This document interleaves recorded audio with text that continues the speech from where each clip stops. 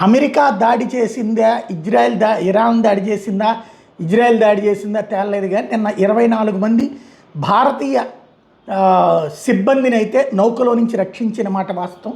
అది భారత నౌకే అన్నారు. అయితే కాదు, అది భారత నౌక కాదని తేలింది. కానీ భారతీయులు 24 మంది మాత్రం మోసపోయి వాళ్ళ దగ్గర ఉద్యోగం చేస్తున్నారని తేలింది. ముంబైలోని కొన్ని కన్సల్టెన్సీలు లంచాలు తీసుకుని మరి మారుమూల గిరిజన ప్రాంతాలలో ఉన్నటువంటి వాళ్ళు, లేకపోతే పేదరిక ప్రాంతాల్లో నిన్న గనక ఒక వీడియో కూడా వైరల్ అయింది కదా, ఏదైతే ఉత్తరాంధ్ర ప్రాంతం నుంచి వెళ్ళినటువంటి పిల్లలు అక్కడ ఇరాన్లో చిక్కుకుపోయి ఓడలో ఇబ్బంది పడుతున్నారు. అట్లాంటి పరిస్థితే జరిగింది. అమెరికా నౌకాదళం దాడి చేసినట్టు చెప్తున్నటువంటి నౌక పేరు ఎన్టీ మార్వెక్స్. ఇది భారతదేశానికి చెందిన నౌక కాదని తేలింది. పసిఫిక్ మహాసముద్రంలో ద్వీపద్వేషమైనటువంటి పలావు అనే దేశపు జెండాతో రిజిస్టర్ అయి ఉన్నటువంటి అంతర్జాతీయ వాణిజ్య నౌక అని తేలింది.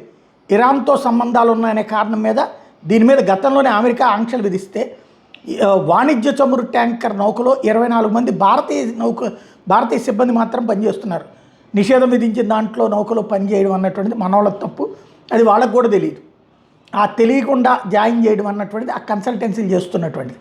అమెరికా అయిన ఉద్రిక్తత నేపథ్యంలో అమెరికా విధించిన సముద్ర దిగ్బంధాన్ని ఉల్లంఘించి ఇరాన్ వైపు వెళ్తున్నటువంటి కారణంతోనే అమెరికన్ నౌకాదళం ఈ నౌక మీద క్షిపణి దాడి చేసింది.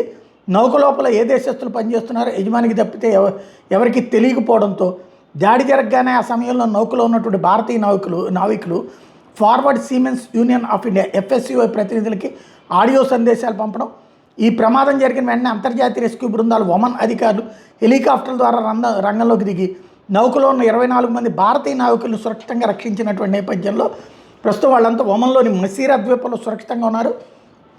భారత విదేశాంగ శాఖ ఈ ఘట్టం మీద స్పందించింది. వాళ్ళని త్వరలోనే భారత్కి తీసుకొస్తాము అని చెప్పింది. అట్లాగే ఒమన్ అధికారులకు సహాయం చేసినందుకు థ్యాంక్స్ చెప్పింది. అది అక్రమంగా తిరుగుతున్న నౌక అన్నటువంటిది అమెరికా చెప్తుంది. దానిలో పనిచేసే వాళ్ళకి ఎప్పుడు రిస్క్ ఉంటుంది అన్నటువంటి విషయం ఇప్పుడు నిపుణులు చెప్తోంది.